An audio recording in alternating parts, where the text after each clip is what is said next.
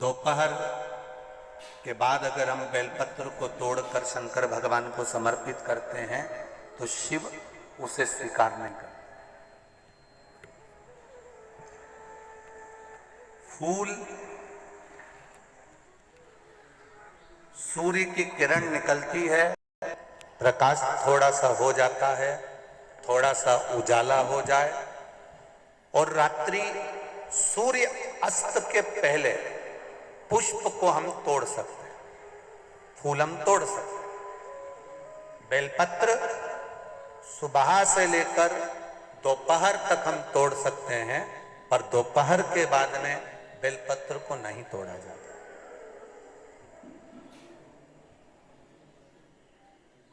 चतुर्थी, अष्टमी, नवमी, द्वादशी, चतुर्दशी, अमावस्या, पूर्णिमा, संक्रांति, ये ऐसे पर्व हैं जिस दिन बेलपत्र को नहीं तोड़ा जाता।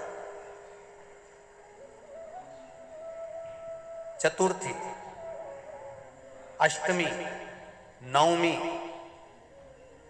द्वादशी, चतुर्दशी, अमावस्या, पूर्णिमा, संक्रांति, ये वो पर्व है जिस पर बेलपत्र को नहीं तोड़ा जाता।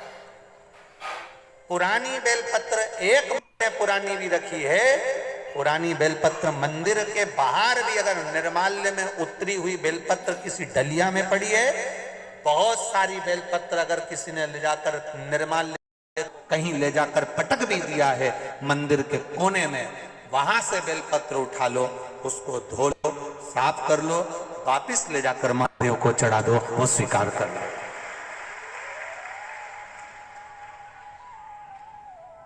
पशुपति व्रत कर रहे हो, चतुर्थी पड़ गई, अष्टमी पड़ गई, द्वादशी पड़ गई, बच्चों से मत कहो कि बेलपत्र तोड़ कर लाओ। बच्चों से कहो जाओ शंकर जी के मंदिर में कहीं डलिया में कहीं एक आध दो बेलपत्र भी, एक बेलपत्र भी अगर कहीं साइड में पड़ी हो उसको उठा लाओ, धो, बाबा के थाली में रख लो और पशुपति व्रत पर भी चढ़ा दो। दोपहर के बाद में पूजन करने जा रहे हो, बेलपत्र दोपहर के बाद ना तोड़वाइए।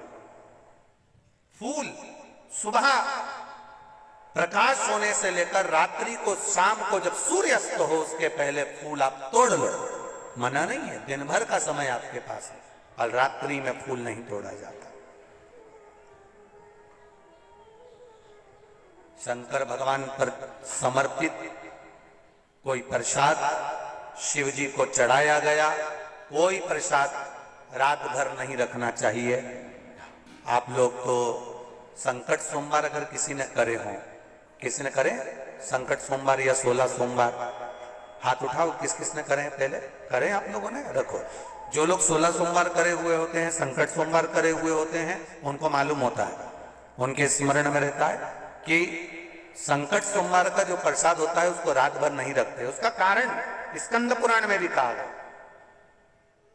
उसका कारण शिव महापुराण में भी वर्णन किया गया। शंकर भगवान का प्रसाद,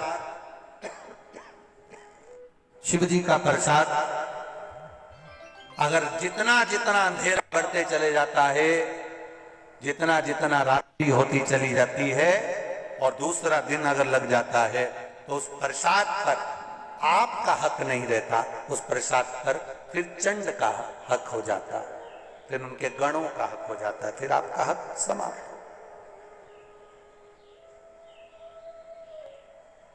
तीसरी बात का स्मरण करिएगा, एक तो बेलपत्र दोपहर के बाद न तोड़िए, दूसरा पुष्प रात में न तोड़िए, तीसरा चतुर्थी, अष्टमी, नवमी, द्वादशी, अमावस्या, पूर्णिमा, चतुर्दशी, संक्रांति, इस पर बेलपत्र ना तोड़िए। मंदिर की चढ़ी हुई कहीं अगर निर्माल्य में भी कहीं ले जाकर पड़ी है, वो भी समर्पित कर सकते हो। बेलपत्र तो यहां तक वर्णन करते कि अष्टमी नवमी दोनों पड़ रही है और आपको बेलपत्र की पड़ रही, तो एक बेलपत्र